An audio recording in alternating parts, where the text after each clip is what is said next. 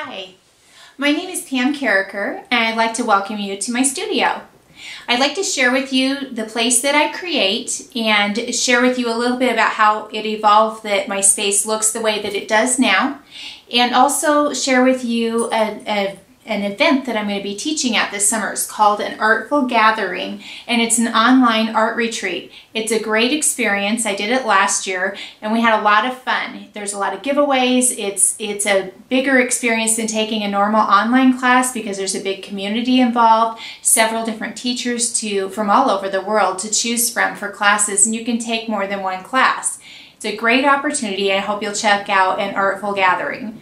As far as my creative space, what I'd like to share with you is that I recently moved to Texas, so this is a new space for me, and I have found in redoing this space that my needs have changed somewhat. I had a studio to myself in my other home, and I had it done up really cute and lots of things in it to see and everything, but it got to the point where it was feeling very cramped and I needed a space that I could actually work in, because I am actually a working artist. I have to have the space to do multiple projects at one time, to mail things. I'm working on videotapes and things a lot, so I needed some different stations set up where I wouldn't have to constantly be moving things from my work table in order to do another project. I wanted it to be all set up and have an open feeling to it, so I didn't feel overwhelmed when I walked in, but that I could go to any station and actually get right to work on what needed to be done that day.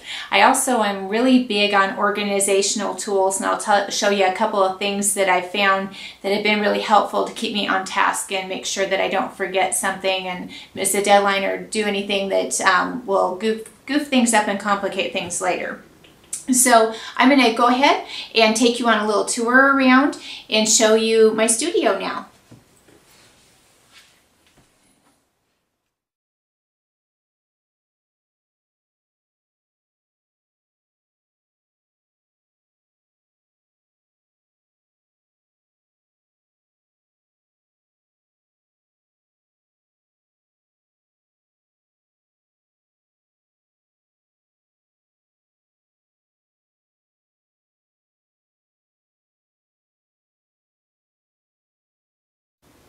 So first off, I'd like to show you my first little station area, and this is, I have an easel set up and a little stool to sit on and a tabaret.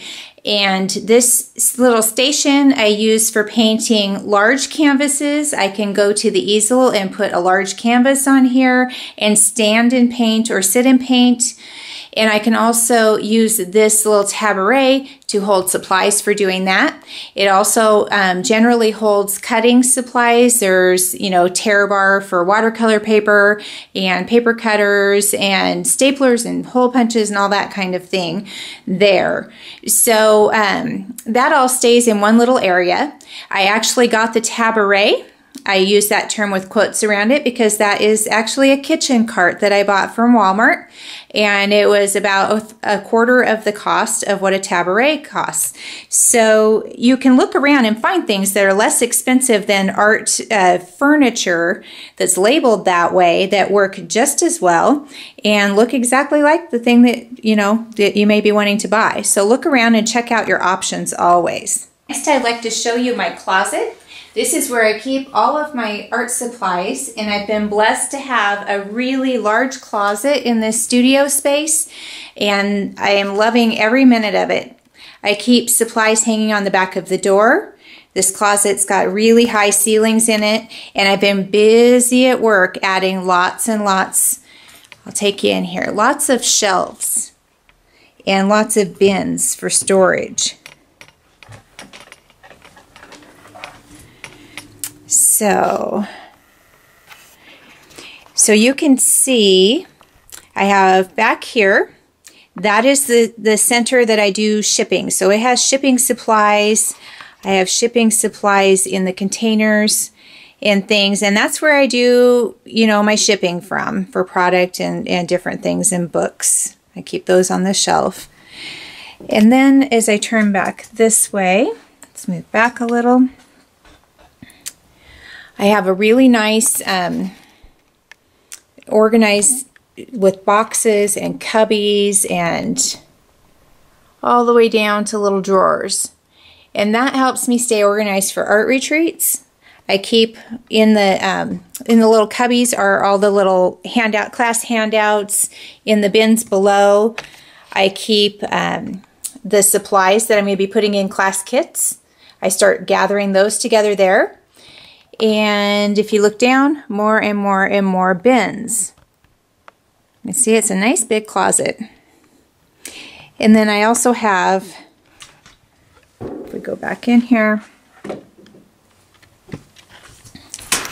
I also have my aprons all hung up that I use for art retreats. At home I use a nice plain old black apron, but I like to have a little more fun thing to wear at an art retreat, so I keep those back here. And this is all supplies, things that I take when I go to teach at different places. So all the bins are all pre-packed, and when I go to teach I know what supplies I need, and I can just pull the bin out and put the bin directly in my suitcase, which is very helpful.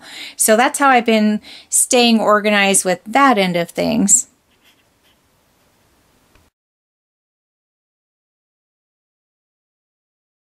Videotaping. This is my videotaping station, and I decided to designate a corner to just photography. Even though I'm not a photographer or a professional videographer, I needed a place that I could tape my classes and that I could take still pictures. So I have a light box set up with lights and a nice light and a nice open space that I can film my videos from without having to disturb projects that I'm working on other than that. So that's really a helpful thing to me, is to have a designated area for shooting film.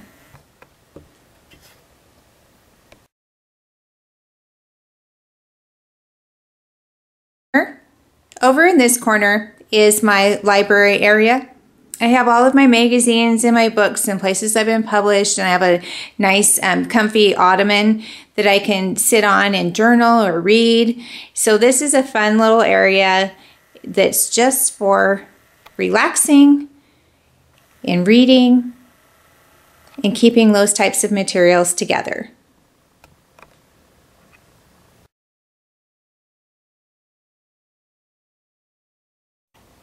This is one of my favorite pieces. This is my art organizer shelf. As you can see, I have a ton of paints and mediums and things on here, and it's all right handy to my desk, which is perfect. And it takes up very little floor space, which is also wonderful. So it's got sturdy shelves. I got it at dickblick.com, and it's a wonderful little investment if you have a lot of supplies that you want to keep handy while you're working.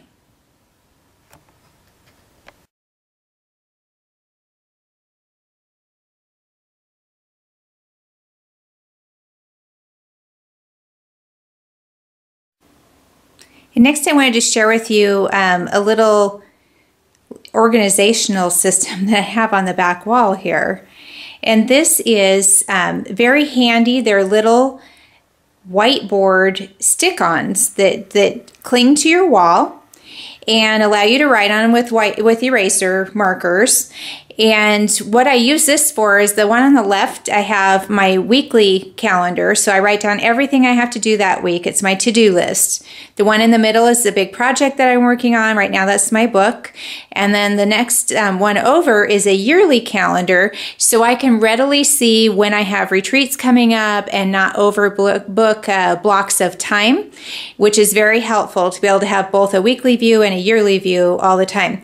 You can also see my nice big windows back in the back there, which are great. There's actually double windows on either side.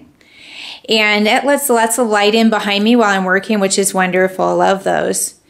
And then you can see my desk, and we'll go around and we'll get a different view of my desk now.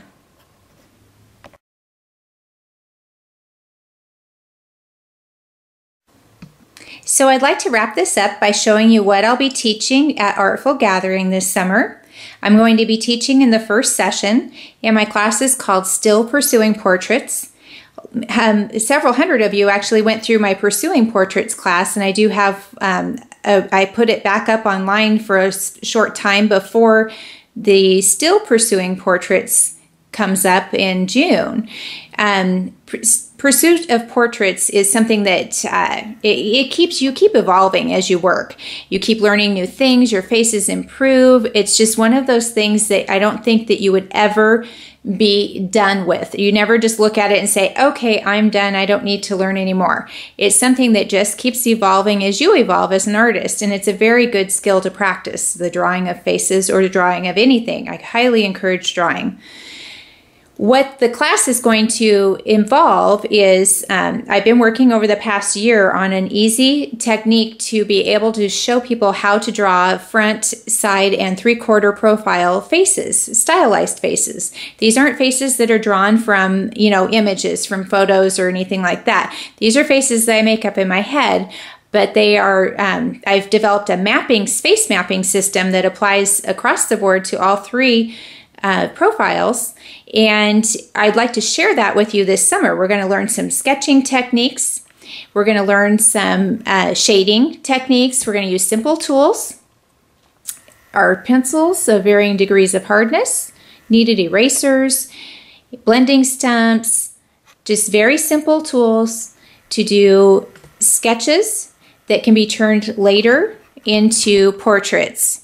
So the last little part of the class, I'm actually going to show some painting techniques and show how that you can turn your sketches into portraits with mixed media supplies. So I hope that you will consider joining me on this venture, and I thank you for being with me on the tour of my studio.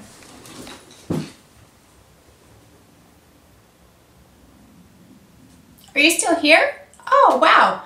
I forgot to turn the camera off. You need to go. I'm busy. I've got to get ready and prepare for my classes at Artful Gathering. Hope to see you there.